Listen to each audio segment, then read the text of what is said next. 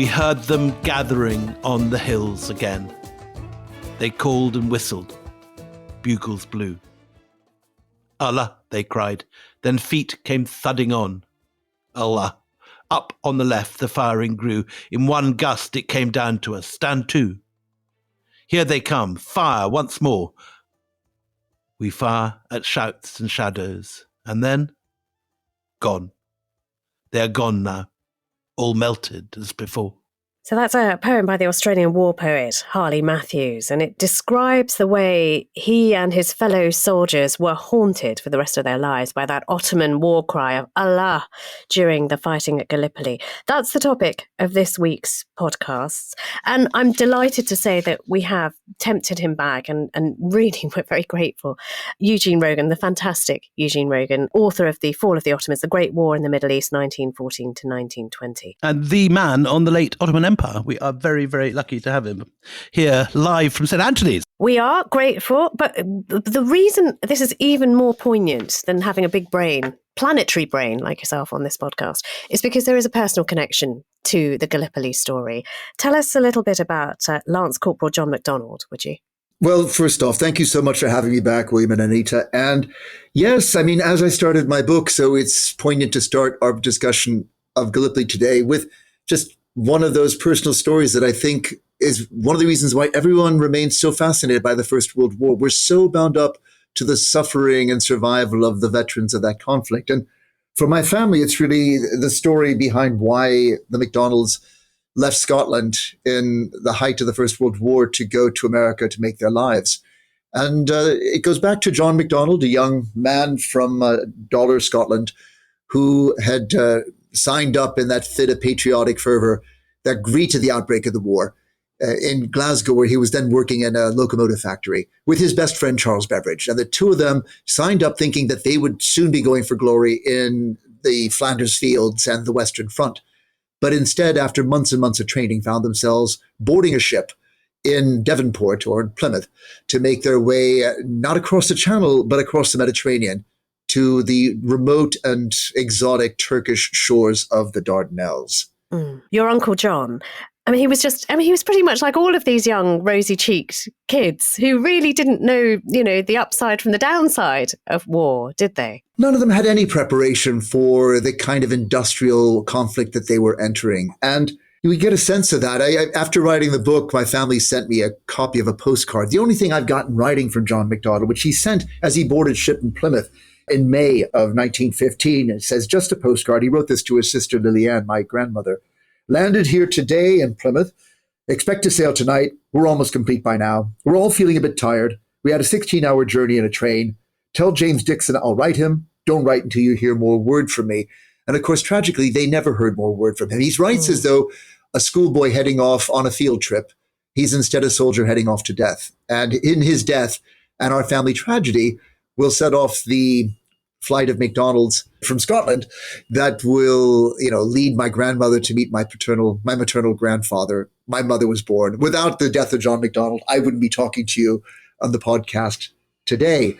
And so I was brought back to his tragedy when in the early 2000s, I took my mother and my son, so 3 generations, to go and pay our respects to John MacDonald's graves at the Lancashire Landing Cemetery in Gallipoli. It was the first time any of the family had been to actually visit his grave. And it was obviously very poignant to see the beautiful fields around the Gallipoli Peninsula. But most striking for me was to come across on our way to his graveyard, a monument that was raised by the Turkish authorities called the Nuri Yamut Monument, which reflects on the 15,000 Ottoman soldiers who died in the very same battle that my great uncle died. And though I'm an Ottoman historian, I should know these things. I've been so filled by my family's stories of the loss and suffering of Scottish young men sent as cannon fodder to die in the machine guns of the Turks that I'd never even looked into what that day meant and how many more Turkish families were bereaved on that day, all captured under one marble slab that says martyrdom, Shahidlik, 1915, in the Nuri Yamut monument in Gallipoli. We have a very similar story in my family, slightly less tragic. My wife's grandfather was there as a young man. And, well, he literally got one testicle shot off by a Turkish sniper. And when the anniversary came around, the family decided to have the Gallipoli ball and to invite all the surviving members of the family. There were 200 who were the product of the surviving part of his equipage. And we danced Scottish reels with the Turks. And they were very emotional about it. And it was a very, very odd occasion, the Gallipoli ball. But it's a good way of making up with former enemies as any, I suspect. Yeah, going back to Gallipoli as a relative of an Entente soldier is to be received as a family member by the Turks. And everyone I told, they don't take great uncle, they say grandfather. And the fact that I had a grandfather buried there had people really embrace the three of us as though we all had our sons buried in this soil. And I think it's very much part of Turkey's remembrance of Gallipoli. We found exactly the same, incredible warmth and an astonishing lack of bitterness. There's a poem that apparently is attributed to Ataturk, and we're going to talk a lot about Ataturk in this episode. But there's a question mark whether he actually said it at the time or not, which encompasses exactly what you two are saying, which is that these are people, these are human beings united in grief and in bloodshed and awfulness. I'll just read a bit to you, and then we should really say why this was such an important chapter in the war. Those heroes that shed their blood and lost their lives, you are now lying in the soil of a friendly country. Therefore, rest in peace. There is no difference between the Johnnies and the Mehmets to us, where they lie side by side here in this country of ours. You, the mothers who sent their sons far away, wipe away your tears. Your sons are now lying in our bosom and are at peace. After having lost their lives on this land, they have become our sons as well. Isn't that extraordinary? Poem, isn't it? And it's an extraordinary poem that every time, I think there are often pilgrimages, particularly by Australian premiers, and that is read in commemoration. And it is attributed to Ataturk, although, as I say, question marks over whether he actually did write it or say it. But anyway, it's beautiful. So tell us, first of all, shall we just start with the waterway itself between the Black Sea and the East? Why was this so very important to everybody at this time? I think the first thing to remember, Anita, was that the origins of the campaign in Gallipoli comes from a Russian request of their British allies to come to their assistance because their Caucasus army has just been attacked and nearly surrounded by the Ottoman Third Army in the Battle of Sarıkamış, just around New Year's Day of the turn from 1914 to 1915. And it's in the snow. It's a horrible cold campaign, isn't it, in the mountains of eastern Turkey now? It was, as it turns out, a self-inflicted wound from which the Ottoman Third Army was never to recover. And the memoirs of soldiers who fought in that campaign capture the horrors of being sent to do battle in 2 meters of snow without proper snow gear or equipment or food or heating. I have a cousin who was an agricultural engineer in Erzurum in eastern Turkey up in the 1980s. And he used to walk in those hills. And he said he'd regularly come across military equipment left by frozen soldiers still there on the mountaintops of eastern Turkey. That's eerie. It also tells you how barren and isolated a place the Allahu Akbar mountains, God is greater mountains. Just the name of the range tells you something of the awe with which they were viewed. And to try and drive soldiers over that mountain in deep winter snows was, as it turned out, a suicide mission. But the Russians didn't know that at the time. And they felt that they were at risk of having an army encircled by the enemy and a defeat in the opening weeks of the war, and asked their allies to come to their request by putting pressure on the Ottomans somewhere else in the empire that would divert their troops. By the time they launch, of course, Gallipoli has an entirely different logic. The Sarıkamış campaign is over and Russia's fine. But there's a new logic which is about opening up access to the Black Sea, which will allow Britain and France to provision Russian forces to keep the pressure on Germany and Austria from the east as well as the west. It also is a way of getting grain from Russia and the Ukraine to feed the troops on the Western Front. Such a contemporary issue, getting grain through the Dardanelles. Yes, absolutely. The breadbasket of the Ukraine was as important in 1914-15 as it is in 2022-23. Well, I was looking at the statistics at the time, because you're right, it just feels like it could be a story that falls out of today's newspapers. But Britain at that time, do you know how much wheat it was importing? 85% of its wheat was imported. Goodness. 85% of the wheat in Great Britain was imported. Therefore, you can see the imperative of these lords of the Admiralty that, we've got to keep this strait open. Otherwise, how are we going to feed our people? How are they going to afford to buy bread? Eugene, at the last episode, we ended with Turkey joining the war and the whole thing being in the balance that, they, in a sense, they could have gone either way. They could have remained neutral. They could have gone and joined the Allies, or they could have joined Germany. And it was almost an accident. And really the fact that Enver Pasha, just one of the triumvirate, was so very, very keen on the Germans that tipped it in that direction.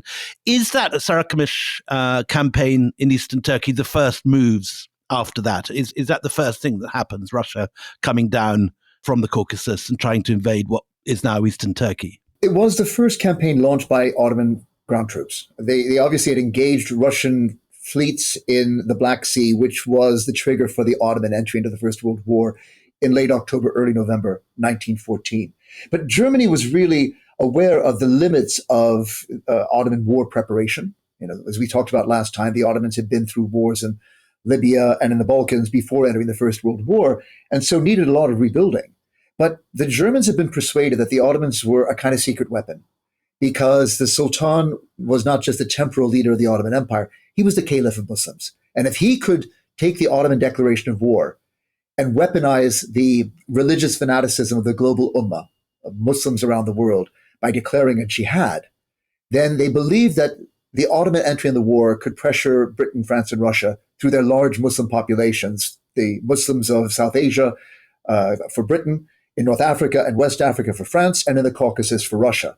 And I think launching Sarıkamış was to try and take the jihad right into the Russian Caucasus Muslim territory and try and generate real trouble for the Russian war effort right at the outset, and prove to the German allies that their Ottoman partners were real contributors to winning the First World War for the Central Powers. Back in London and the corridors of power, you get the impression, certainly looking back, that people didn't really take the Ottoman forces that seriously. They had lost a lot of wars, hadn't they, immediately before this? Exactly. They were on a losing streak. So did they, right at the start, Eugene, just underestimate what the Ottomans were made of? I think critically they did, Anita, and this has been the sort of the background to the very important Entente defeats against the Ottomans in the First World War. They underestimated, and with good cause. I mean, as William has already said, the Ottomans have been on a losing streak. They've been losing wars to much smaller, less significant powers like Bulgaria, Greece, and Serbia. Just in 1912, 1913, what chance do they have against Russia, France, and Britain? So, they were seen as the weakest link in the Central Powers chain, and that Gallipoli was a moment to knock them out of the war, to really begin momentum to break the Central Powers' grip.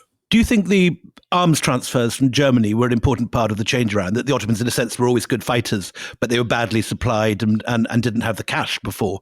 While with the entry of Germany into the picture, they're suddenly getting modern supplies, modern machine guns, and large amounts of cash from the German High Command. Well, here again, the model of Ukraine leaps to mind. Without the regular flow of war material from Germany, the Ottoman war effort would have floundered. They simply didn't have the capacity, the industry at home, to make state-of-the-art weapons to fight against Britain, France, and Russia. But Germany did. And this will only enhance when Bulgaria joins the Central Power, and suddenly a direct rail link between Berlin and Istanbul allows for the German supplying of Ottoman forces to really accelerate. So with German hardware, though, the Ottomans were themselves very capable of mobilizing their soldiers and of commanding them. And I think the one thing you'd want to distinguish was German hardware, but it was definitely Ottoman commanders in the field that were responsible for the victories that they'd enjoyed, none more so than Mustafa Kemal Ataturk. And you know what? You form metal in fire. And this is a man who has been in the front line. I think the last time we spoke to you, he was following Enver Pasha, who's dressed in civilian garb, who's waging war on the Italians in Libya. And there is Ataturk right behind him. And that is a really important campaign because it teaches Ataturk that actually you can be bombarded from the sea. And that's not where it ends. If you get bombarded by the sea, then troops come up, you need to dig in. And that will become a pivotal argument in Gallipoli, won't it? But look, let's talk about Gallipoli. First of all, we should say, where exactly is it, and how exactly does this campaign begin? So Gallipoli is a peninsula stretching from the Marmara Sea which is basically where Istanbul is, leading down to the Mediterranean, and it divides Asia from Europe. So the Straits of the Dardanelles are of strategic importance because they are basically the gateway to Istanbul or Constantinople. This is not far from where Troy once was, huh?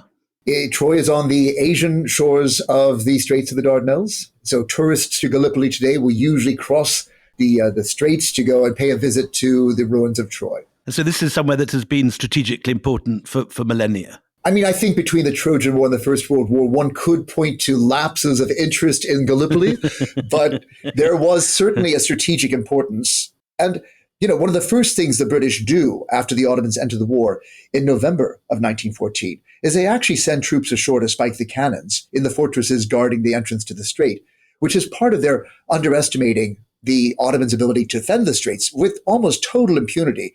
They pretty well destroyed Ottoman defenses in Kunkale and in Sedul Bahar Fort. One lucky shell hitting a powder magazine that sets off a terrific explosion, and they land Marines on the shore to spike cannons. But the fact is, the Turks proved themselves very able to restore fortifications and to replace broken guns. When you say spike cannons, do you literally mean just poke holes in the barrel of cannon? I don't know what that is to spike. Yeah, a cannon. I think what you do is you actually seal off a cannon and then detonate a charge inside it, and that just destroys it. Cigars the barrel so it's unusable. It's something like that. Right. We need a military man on the program to get these things straight, Anita. One of our fellow podcasts, like Battlefield Ukraine, would know the answer. But also, listeners are very, very quick to write in. So, look, the plan is land in the south of Gallipoli, move north, roll back the Ottoman defenders, and the British are, in particular, pretty cocky that they can do this quite easily. And also, we should say the plan. Who comes up with the plan? I mean, there are many plans initially to engage and to have landings in Turkey, but some of the first plans are directed towards Alexandretta, close to where the earthquake took place tragically a fortnight ago.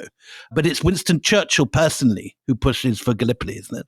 Well, and I think the important thing is that there is a real tension in the war commanders about how many troops you can afford to divert away from the Western Front without weakening what they all see as the essential conflict zone of the First World War. So Kitchener, as Minister of War, was determined not to divert any troops to secondary theaters like the Ottoman Empire. And Winston Churchill, as First Lord of the Admiralty, had the idea that you could actually force the straits and take Constantinople without using ground forces, just do it with the Navy. And so in the first instance, Gallipoli is conceived of as a naval campaign. And the only thing that lies between the British Navy and their allies, the French Navy, are the fortresses along the straits and the minefields that the Ottomans had been laying in the Dardanelles to try and deter entry and to try and protect their capital city from foreign attack. And I guess that's where the first real battle of the Dardanelles takes place. It's a naval campaign, not a ground campaign at all. And is one of the problems that Winston Churchill doesn't really understand the geography. I don't think anyone had sufficient maps to understand the geography, and Churchill wasn't alone. In doing my research, I continually come across Kitchener's responsibility for sending troops ill-prepared to make landings on a coastline with currents that no one had really studied with the kind of precision that war planners would expect today. So it was an amateurish operation from the very beginning. So basically, the problem that the British faced was they would send minesweepers into the Dardanelles to try and clear what they knew were intensely mined waters to make it safe for warships to penetrate. But the minesweepers found themselves harried by mobile artillery as well as by the gun emplacements, so they didn't have freedom to move around. And the Ottomans proved very cunning in hiding their mines in places where they would be most effective and maybe where the British had least detected them. And after 2 months of trying to sweep a path for dreadnoughts to sail through to strike Constantinople and knock the Ottomans out of the war, the Allies get impatient. So Churchill gives approval to force the straits come what may. And here in March 1915, you get the first real engagement where a string of British dreadnoughts supported by French ships attempts to force their way past the cannons and find a way through the minefields. And disaster strikes. And it's quite an impressive looking force. You see the black and white photographs of these lines of steamers with smoke billowing out the funnels heading in this direction. I mean, I would have been anxious had I been a Turk on the coastline watching this lot coming for me. And as that line of dreadnoughts, which were some of the biggest ships of the time, and real instruments of shock and awe, this was meant to absolutely scare the Ottomans into submission. So the sight of these ships, and then the rate of fire they were capable of. They leveled their cannons against the batteries that were opposing them, and they just fired, in a rapid stream that had everyone, astonished that anyone would survive the batteries. What is going on the Turkish side then? I mean, if there is, these things are meant to create shock and awe, do we know what happens and what our pivotal character Ataturk is doing at this time? So Ataturk's really not involved at this point. The people who are trying to hold back the fleet are going to be the artillerymen, reinforced by the Germans, with newly installed cannons, and they are proving themselves as valorous in defense as the dreadnoughts were in attacking. You also had lines of mobile artillery that were hiding in the ridges behind Gallipoli that were able to do the real damage to the fleets, because the parabola of artillery shell that is fired skywards will fall down and strike decks in a way which is absolutely lethal to ships. Whereas ground batteries shoot cannon fire that's more or less sideways, level with the sea and is good at knocking funnels and things, but isn't going to strike the death blow to a ship. Right. But between the two, batteries and mobile artillery, the ships were coming under fire that was absolutely devastating them. And then they were forced into turning maneuver, where they began to strike a hidden string of Ottoman mines. And how many boats go down in that maneuver? Well, I mean, the first to strike a mine is a French ship, which capsizes within 3 minutes with all hands. I mean, out of 1,100 men, I think 60 or 70 survive the sinking of the Bouvet, which immediately draws the other ships to its rescue. And in so doing, 3 more ships of the line strike mines and are so badly damaged that another 3 sink and another 3 are put out of operation, or basically just able to limp out. So 1/3 of the Entente's fleet was sunk or put out of action, with the loss of thousands of sailors, with virtually minimal losses on the Ottoman side of men or materiel. And in this process, the Allies gave the Ottomans their first victory of the Great War, and a great victory it was indeed. But it was also to prove that you couldn't silence the guns from the sea. You needed to actually land troops to secure the Gallipoli Peninsula and the Asian shores, so that you could then move ships through safely without being fired on by artillery or facing the mines. And that's the background to when Gallipoli goes from being a naval campaign to a ground war. Just before we leave the naval campaign, at what point do German U-boats turn up? Because it's not long before we get them engaging, is it? U-boats are a part of the naval warfare before, during, and after the naval campaign of Gallipoli. They are very important in making the Eastern Mediterranean waters unsafe for Allied shipping supplying the troops once they're landed in Gallipoli. But also you have Australian and British submarines brought in to the action as well. One of the Ottomans' dreadnoughts is a ship called the Mesoudia, which was sunk by a British submarine in a very bold strike. The cannons of the Mesoudia were recovered from the seabed and were used as one of the defensive batteries in the Dardanelles. And when, in March, the Ottomans drive the Allied fleet out of the Dardanelles with such terrific losses, one of the happiest crews in the gun batteries are those manning the recovered guns of the Mesoudia, who were able to say their ship was able to get its revenge against the Allies. There's a very nice quote from General Hamilton at this point. The commander now realizes that it's going to be turning into a land campaign. And his remark, which bodes very badly for what's coming, is that the peninsula looks a much tougher nut to crack than it did on Lord Kitchener's small and featureless map. That's his first dispatch. And General Ian Hamilton, the man you've just quoted, I mean, it is his job now to lead a ground force of colonial fighters. I mean, just tell us the makeup of the troops that he's going to be commanding. Well, going back to Kitchener's reluctance to divert troops from the Western Front, if they were going to make a ground campaign in the Ottoman Empire, then the troops are going to have to come from the colonies and from the White Dominions. And this is why, to this day, Australians and New Zealanders really view Gallipoli as their battlefield. and the Anzacs, as they came to be known, played such a key role in every stage of the ground campaign. Also, this is when troops such as the Scottish Rifles, my great uncle's unit, would be dispatched instead of going to the Western Front to the Dardanelles campaign. You also had the French deploying colonial troops. Tunisia, Algeria, West Africa. It was a veritable Tower of Babel, William. And, the difficulties of command that result are something we shouldn't underestimate. It's very important that men in the field are able to respond to the situation by communications that everyone understands. But it really was a challenge trying to command, Senegalese, Moroccans, Indians. We say Indians, you know better than me how many languages and nationalities are involved in South Asia, and they're all present in Gallipoli. Even Muslim soldiers, so they will later be redeployed away from Gallipoli because they can't be counted on to fight against their Ottoman Sultan Caliph. Exactly, because as we had in that opening poem, the war cry of the Ottomans is Allah. And if you're an Indian Muslim or you're a Tunisian or an Algerian or a Muslim West African, all of which are being deployed at this point, you are going to feel complicated about fighting. And we're getting a bit ahead of ourselves here, but the Ottomans were quick to pick on to how much they resembled Indians. And we have fantastic stories of bold maneuvers by the Ottomans who would disguise themselves as Indian troopers, liaise with the British, ask for offers to come and assist them. And we have one instance where a captain, a lieutenant, and 2 sergeants were taken prisoners by the Ottomans shortly after the landings by pretending to be Indian troopers.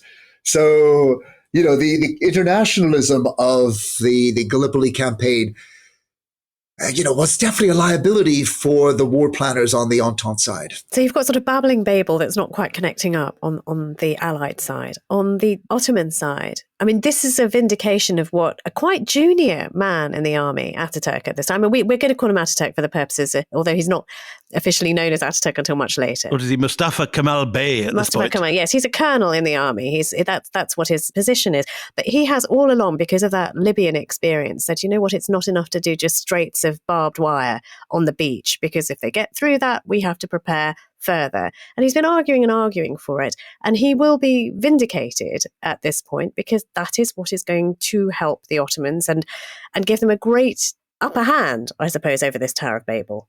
There is, no doubt that Mustafa Kemal was a key strategist in the defense that ultimately led to Ottoman victory in Gallipoli. But there is an element of luck, as always in war, because for the Ottomans, as they prepared after the defeat of the naval campaign in March and the troop landings in April, they had, 3 weeks going on 4 to try and get their trenches and lay their barbed wire. But if you look at the map of the Gallipoli Peninsula, you see how many different points of attack are possible. And the Ottomans had to try and second guess where the Allies would try and land. They knew a landing was coming, and the question is, where? And so in a sense, they fortified the right stretches of the straits. They second-guessed the British correctly, which meant that when the landings did begin, the Ottomans were actually in the right places to be able to mount a wall of fire that caused such intense casualties from the opening moments of the Gallipoli land campaign. Eugene, one person we haven't mentioned yet is the German commander, Otto Lehmann von Sanders.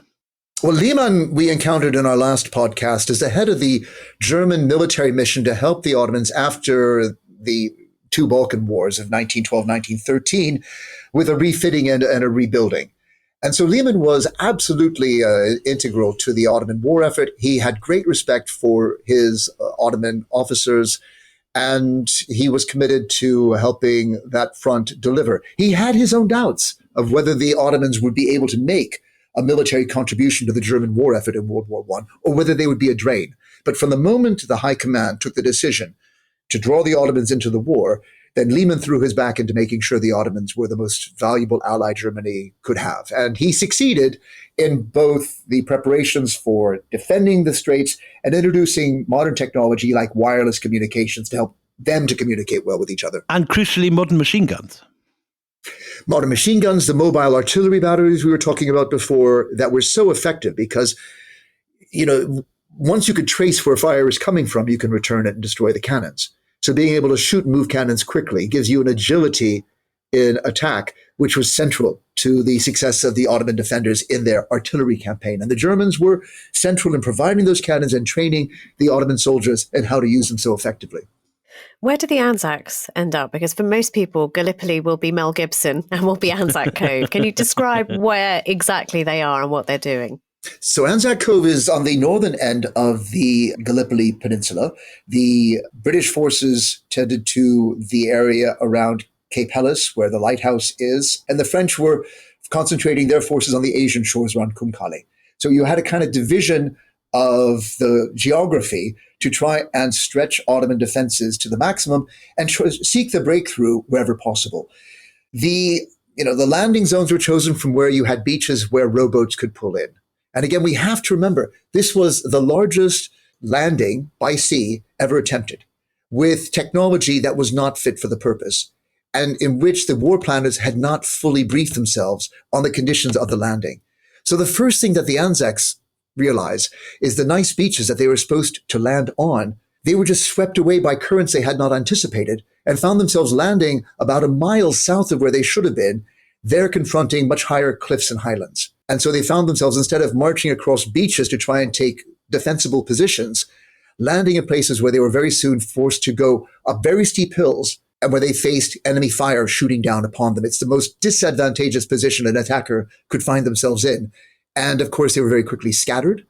You had commanders separated from their troops, and you had the kind of chaos because soldiers without commanding officers are treated like ships without rudders. I was looking at pictures of the landings this morning, and many of them are arriving with bicycles. They're arriving at the bottom of the cliffs where there's no paths, and they've all been given their uniform bicycle. And there's pictures of these hundreds of these guys arriving with their push bikes, and then later pictures of these push bikes blown to smithereens with broken frames and wheels in the air. I mean, it's a tragic failure of reconnaissance and preparation. They hadn't a clue. You really come away with the sense that they were sent in with a certain amount of arrogance that, through their valor and their numbers, they would prevail. And I'm afraid that when you're faced with industrial warfare, with artillery and machine guns, you just can't do it on a bicycle. Yeah, and just to put a figure on this, and we'll take a break and we'll come back very shortly to look at the fallout. But is this right, Eugene, that just on the day of the landing itself, the Anzacs lost 2,000 men? That sounds entirely right to me, Anita. It might even have been a higher figure than that. I don't have the numbers in front of me, but the casualties were just atrocious, and there are moments that stand out. But the River Clyde, for instance, as a landing craft, the idea was to take a ship full of British soldiers and ground it right opposite Ottoman positions, and then, land troops from there. And of course, it just became a charnel house because it was right in the line of fire, and hundreds of troops one landing ship were cut down. We are going to take a break now. Join us after the break when we hear the progress, or maybe that isn't the right word, of the Gallipoli campaign. How our blood stained the sand and the water, and how in that hell they call Sula Bay we were butchered like lambs to the slaughter. Johnny Turk, he was waiting, he'd primed himself well, he showered us with bullets and he rained us with shell. In 5 minutes flat, he'd blown us all to hell, nearly blew us right back to Australia. So that was the great Shane MacGowan of the Pogues singing, and the band played Waltzing Matilda. Eugene, do you want to describe those landings? Well, I think the Pogues have done it poetically, and I will do it prosaically, but certainly those images of the cobalt waters of the Straits turning absolutely crimson with the blood of the fallen was something that Ottoman witnesses captured in their diaries, as well as survivors from the British side. And we know that because the Ottomans had the opportunity to put the barbed wire in place, dig their trenches, and have their machine gun emplacements, the moment that the ships moved to land, and you could see them coming from far off, it allowed the Ottomans time to really get in place. And they, rather like the American colonists in Lexington, they waited until they could see the whites of the landing troops' eyes. And then they opened fire and inflicted absolute maximum damage. So the numbers in certain of the landing beaches were survival rates of, 10%, 20%, where you'd have 80% casualties between dead and wounded. And in a sense, the dead were the lucky ones because the wounded were usually left where they fell with no one able to get to them to relieve them. And the blood flowed and the waters turned red. And what should have been, for the planners' eyes, a quick landing against an ill-prepared Ottoman side became a struggle for survival against a growing death toll. This again is the next verse of the Pogue song, and it says, "When I woke up in my hospital bed and saw what they'd done, I wished I was dead. Never knew there were worse things than dying." Yeah. This is just such carnage that my brain is having difficulty just even imagining. But back in the places where campaigns are planned, is there nobody thinking, actually, this is abort? This is a terrible idea. This has not worked. We should abort. I mean, what is the strategic thinking on the Allied side? I mean, two reflections. Firstly, the context of Gallipoli is already, you've had carnage worse than this on the Western Front. This is the same time as Ypres, isn't it? Almost exactly the same. And you know the kind of casualty figures that troops were suffering. And so, in a sense, very early in the Great War, the combatants faced casualty figures that were unprecedented in human history. And that became the new normal.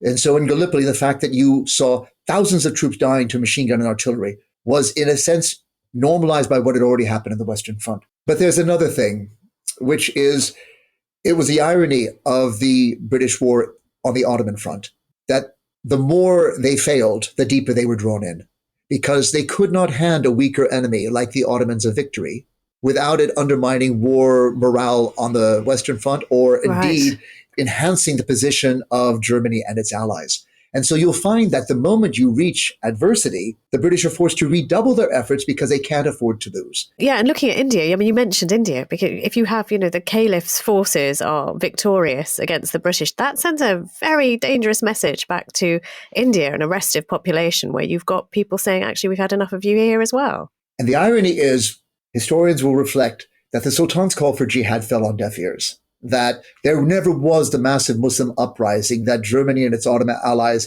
had hoped would come from a call for jihad.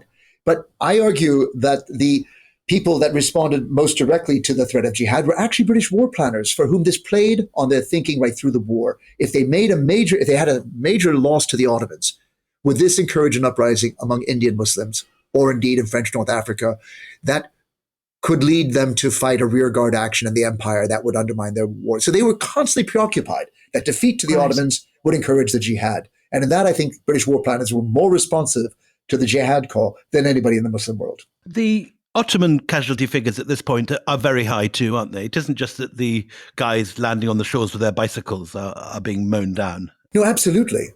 The Ottomans came to the battlefield under strength. They were about 2/3 the size of the landing force. I think it's about 50,000 defenders, about 70,000 attackers.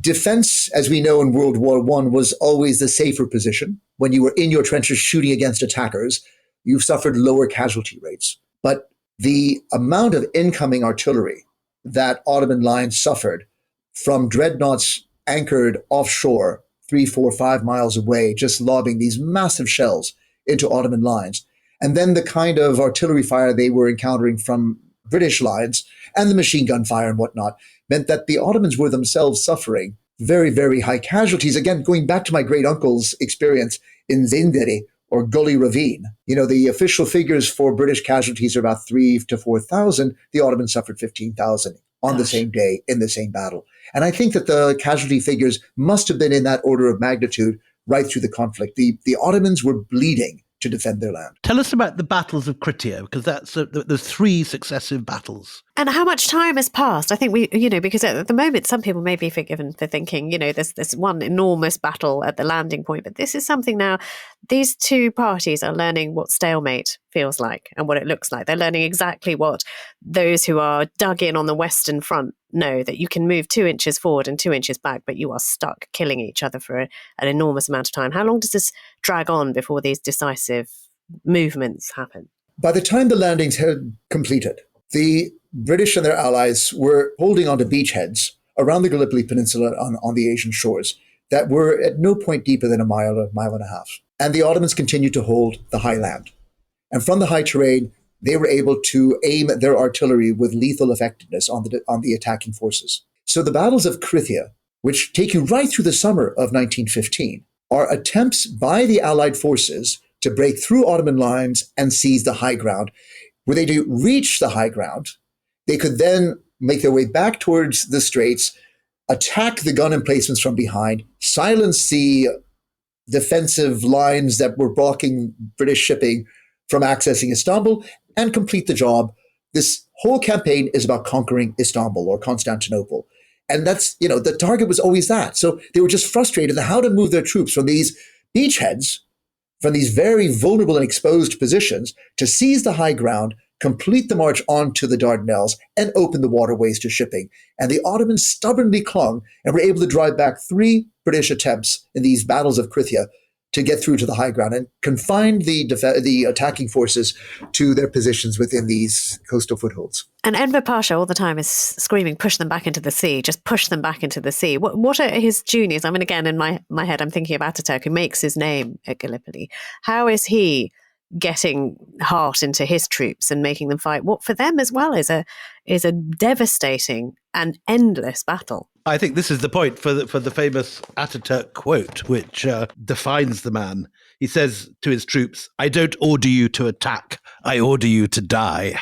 And bombast though it is, these words were so effective in mobilizing soldiers, and morale is everything in war. The mental commitment of soldiers to go berserk requires commanders who will put themselves in the line of fire, who will be there with them, and who order them to die. And it's very clear that certainly for Turkish Ottoman soldiers, this notion of defending their soil against attack and having brave and valorous commanders like Mustafa Kemal Ataturk was absolutely fundamental. But it's also interesting because I distinguish Turkish Ottoman soldiers. There were a lot of soldiers recruited from the Arab provinces of the Ottoman Empire who'd been shipped to Gallipoli. I didn't know that. Again, in your impression, you get very much the fact this is a sort of Turkish battle fought by Turks, led by Ataturk. I had no idea there were Arabs there. Absolutely. There were, and Ataturk just never felt that they had the same commitment to defending the land that the little Mehmets, as they're called, the Mehmetçik, the Anatolian Turkish peasant stock soldier, was the fighting stock that Ataturk really believed was delivering victory. And they saw the Arabs as, they didn't speak Turkish, they didn't know the landscape, and they weren't really willing to give their lives for that. Looking forward to our next episode, are there Armenians in the Ottoman battle lines? Are they also caught up in this? There are Armenians posted to Gallipoli, though in very small numbers. They would be Armenians largely coming from the community around Constantinople. In your book, in the Eastern campaign, you make a very, very good point that already the Armenians are being pointed out in the battle against the Russians as being potential traitors and often being shot at from their own side, often in camp. It's one of the tragic coincidences of history that the Allied landings and the date usually recognized by the Armenian community and by historians as the launch of the Armenian genocide are within 24 hours of each other. Gosh. And so, the Allied invasion after the defeat of Ottoman troops in Sarıkamış on the Russian Caucasus front combined to put the Armenian population, already suspected of double loyalties, into a fatally compromised position that will then lead to policies to exterminate the Armenian population of the Ottoman Empire. So Armenians in the Gallipoli front, the few as were there, would not have been trusted to frontline duty and were, I'm sure, relegated to the rear. I have no diaries of an Armenian soldier that have survived fighting in Gallipoli front. I mean, what's significant about this, all the similarities that are drawn with the Western Front, but there are women who are operating on the Ottoman side.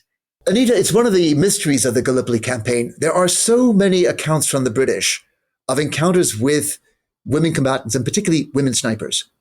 But none of those accounts actually talk about a face-to-face encounter. And what we get from the accounts, I have reports of women being taken to British hospital tents with gunshot wounds as having been shot as snipers, and that the men hadn't realized that they were women. There are other accounts of soldiers coming across women in the battlefield that were shot dead, and they were dressed in trousers with rifles and assumed to be snipers. It's just really hard because there is no record in the Ottoman side of women ever having been recruited to the army or trained in any way. So there's so many accounts you can't discount it, and that's why I wrote it into the book. There is also the possibility that these were justifications by men who had done violence to women in the battlefield.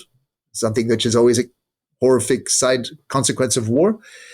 But I'd like to think that there were some amazing markswomen hiding in the trees that were demonstrating their ability to defend their homeland against invaders, and that there was something of a gender barrier being broken here. I just would need to have a reliable Ottoman source to confirm that one. Until then, the reports that we have are all uniquely secondhand from Is it unlikely, if you're looking from what you know as an Ottoman historian, are there any other accounts of women on the battlefield? I mean, we know accounts of Greek women in the Greek resistance, for example, against the Ottomans, but I've never heard of Ottoman troops anything other than men. It would be completely unprecedented in my knowledge that women would have been officially drawn into the war effort as, let's say, uniformed snipers. But what could be conceivable is that women from the area, so villagers from the area around Gallipoli, volunteered to take up arms to help with the movement, and did so from the relative security as snipers. Many who served on both fronts said the Turkish front was worse, just infinitely worse than serving on the Western fronts. They were facing artillery fire, as you've said, constant sniping. Comparing Gallipoli to the Western Front, you have to keep remembering that the British and French and their allied troops were holding just very shallow beachheads. There was no back to retreat to for a bit of R&R. There was no rotation of troops. The best thing that could happen to you is you get wounded and be taken to a hospital in Mudros, an Aegean island off the coast.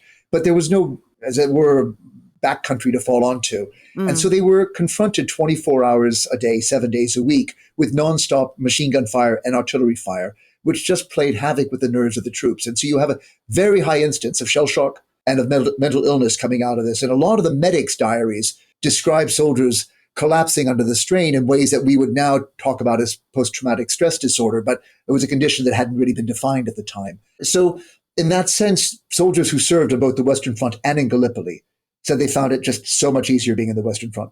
Yeah, and what was one of the beautiful things I saw in your book, which I thought was very touching, is that you find comfort where you can when your situation is that dire. They named their trenches after things in London. There was Regent Street, Oxford Street, Clapham Junction. I mean, that breaks my heart. If that's the only solace you can have, the closest you can get to home is to call these muddy, filthy, urine and feces infested trenches, because you can't really move to separate your human conditions, are called after these streets at home. Eugene, you talk very movingly about some instances of extraordinary compassion amid all this carnage, of moments of decency and humanity amid this slaughter. There's no denying it was total warfare in Gallipoli. But in a sense, Turks and Brits had no fight with each other. You could talk about a hatred of the Germans that had been provoked in the lead up to the war and was encouraged so that people would volunteer to fight. But those who found themselves fighting against the Ottomans, Johnny Turk wasn't really their enemy, or Abdul was the other name they gave him. They gave him kind of nicknames and whatnot. And when you'd have lulls in the trench warfare, the bored soldiers could hear each other across enemy lines. They were often separated by a couple hundred yards, no more. And so when there weren't hostilities going on, they'd often send treats flying over the trenches instead of grenades. And you have accounts of cigarettes, pots of jam, fruit. Just being chucked to each other. And what the Turks noticed, and again, one of the great sources I had in writing the book was just a vast number of war diaries that had been published from Ottoman soldiers on all the fronts. And one of the Turkish soldiers just remarked that when gifts were exchanged in this way, there was never a viciousness to it. So you never hid razor blades in the fruit, or poisoned, or it was what was exchanged in goodwill. And yet when the call to battle was made, they would then put the bayonets on and go kill each other. Yeah. And one of the most touching was a British soldier who was himself in a charge in one of the battles of Krithia. And he makes it to the enemy lines and rescues an Ottoman wounded soldier from being killed by a Brit. This is Private Erdley. You write about this so beautifully in your book. Yeah. Yes, go on. I love this story. Well, Private Erdley then finds himself defending a line from an Ottoman counterattack when the British are themselves overwhelmed. He is himself bayoneted, and he passes out under his wound, but he doesn't die. And when he comes to, the Turks have retaken his line. He's circled by a hostile crowd, and they're about to kill him, when the man that he had saved in the first onslaught, who he had bandaged, he'd given a sip of his water to, set him up with a cigarette and put him in a safe place. leaps up. These two men can't speak to each other, but the Turkish soldier obviously says that this was his rescuer, they must not kill him, and he's handed over to captivity. And then the rest of his diary recounts his captivity. But before they part, these two men kiss in a way which bonded them forevermore. And writing years later for the benefit of his grandchildren, he remembers the warmth of the fellow feeling and of that kiss as something that would make him want to see that man again, whatever. Oh. But we never know if, the Ottomans survived. We do have a record of Erdely in the Ottoman archives. So, I mean, his capture is something of Ottoman record as well as his own diary. But I've never cried in a war book, except that one, because to me that felt very much like almost like a Bollywood film, where you have this scenario of enemies becoming humans. And I just found it utterly moving. Amid all this carnage and these moving instances of humanity, politics is going on in Britain. And this is a disaster politically, isn't it? Particularly for Winston Churchill, who's not only, in a sense, caused the Ottomans to enter the war by seizing the dreadnoughts, he's then directed these troops to a place they can't take. Well, here again, I'm going to bring Kitchener in and share the responsibility around it. Because I think from the moment the naval campaign failed, it did become a ground campaign. And really, it's Kitchener's strangling the troops needed for victory. So that, in a sense, Gallipoli was always undermanned. There were never enough soldiers in the field to achieve the victory that they wanted, and that was Kitchener's doing. But that this was an embarrassment for the British government, there is no doubt. And ultimately, it will lead to a parliamentary commission of inquiry to find out just what went wrong in Gallipoli. By the time Kitchener dies in a shipwreck in the North Sea, some might argue it was a good career move because there were answers to the failings in Gallipoli that would ultimately be laid to his desk. Kitchener had been, before this, in Egypt, hadn't he? Was there some element of Kitchener's disdain for this campaign to do with a sort of racist dislike for the East that he gathered in Egypt? Because his record in Cairo wasn't great, was it? I mean, I wouldn't come to the defense of Kitchener against charges of racism. He was a committed imperialist with all that implies about the distinction between the British and Asians and Africans. But I don't see those racialist views in any way influencing his priorities. I think it always comes down really to the imperative of keeping troop numbers up in the Western Front and not diverting more troops than necessary, really trying to keep it to a minimum. And I think there were probably commanders who said, you know what, General, we can do this with fewer troops. We've got the technology, we have the training, we have better soldiers. I'm sure we'll be able to make it work. And of course, they were wrong each and every time. They came up against determined defense and they were losing. So, Eugene, I mean, you painted such a vivid picture of how ghastly and awful it was and how futile in the end. How does Gallipoli come to an end and how does this affect the rest of the war? By the autumn of 1915, British war planners recognized that their position in Gallipoli was untenable, that they could find their positions overwhelmed by an Ottoman offensive that would drive them into the sea, and that the only way they'd be able to retain even the narrow footholds they'd established would be by reinforcing troop numbers. And that would have been at the expense of troop deployment on the Western Front. And so they came to terms with the growing necessity of contemplating a retreat, a withdrawal. But war planners were very concerned that if the Ottomans got the slightest whiff that the British were pulling out, that they would open fire in a way that would make absolute carnage of the withdrawal. And so the real question was how and when to effect a withdrawal to try and achieve maximum safety of the troops pulling out. And here I think the one victory that the Allies could claim in the course of the Gallipoli campaign was that they were able to pull off by cloak and dagger, by stealth, by a totally successful withdrawal in 2 steps, completely surprising the Ottomans by doing so. They did so in the winter months when nighttime hours were longer, so a lot of this is done under the cover of darkness. And they did so by creating decoys that gave the impression that troops were still active in places where they had already long since been withdrawn. And you have these wonderful moments where, the British finally having completely evacuated an area, the Ottomans then realize that there's a ghost army and they can go and move into the territory that had previously been held. And they find there are both tricks and treats awaiting them. So the British were very cunning and left behind many booby traps. And I'm afraid many of the Ottoman defenders fell victim to, hidden bombs and guns that fired on them as they moved in. But the treats there were far more stores than the British were able to recover from the battlefield. And so you have these stories of these incredible feasts where the hungry little Mehmeds found themselves, with cartons of overcoats and pots of jam and canned meats and butter. And they describe eating to the gorging point on the most unlikely feast of butter and meat and jam, and, recreating theater and conversations between the ghost army and celebrating.